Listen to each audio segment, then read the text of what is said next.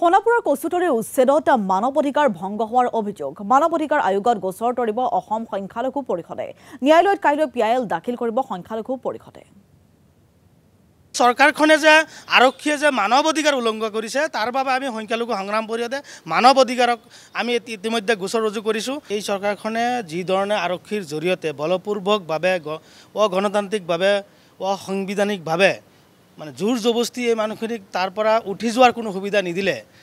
এইটো পৰিৱেশ যে হ'ল তিনিজন ব্যক্তি ইতিমধ্যে আৰক্ষীয়ে গুলিয়াই হত্যা কৰিলে প্ৰায় 22জনকৈ আৰক্ষী নিহত হ'ব লগা হ'ল যে এইটো পৰিৱেশ এই পৰিৱেশটো আমি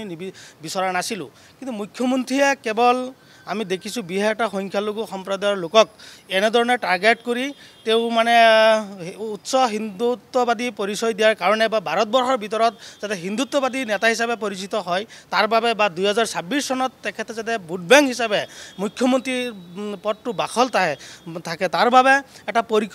পৰিকল্পিত কৰি বিহাৰ এটা সম্প্ৰদায়ৰ ওপৰত টাৰ্গেট কৰি বিভিন্ন সময়ত এনেধৰণে উচ্ছেদৰ নামত অত্যাচাৰ কৰি আহিছে আৰু সমান্তৰালভাৱে যোৱা 9 আৰু 10 তাৰিখে আৰক্ষীয়ে বৰ্বৰভাৱে অত্যাচাৰ কৰি তিনিজন মানুহক যেনেকৈ হত্যা কৰিছে ইয়াতকৈ আৰু নিন্দনীয় একো কাম হ'ব নোৱাৰে।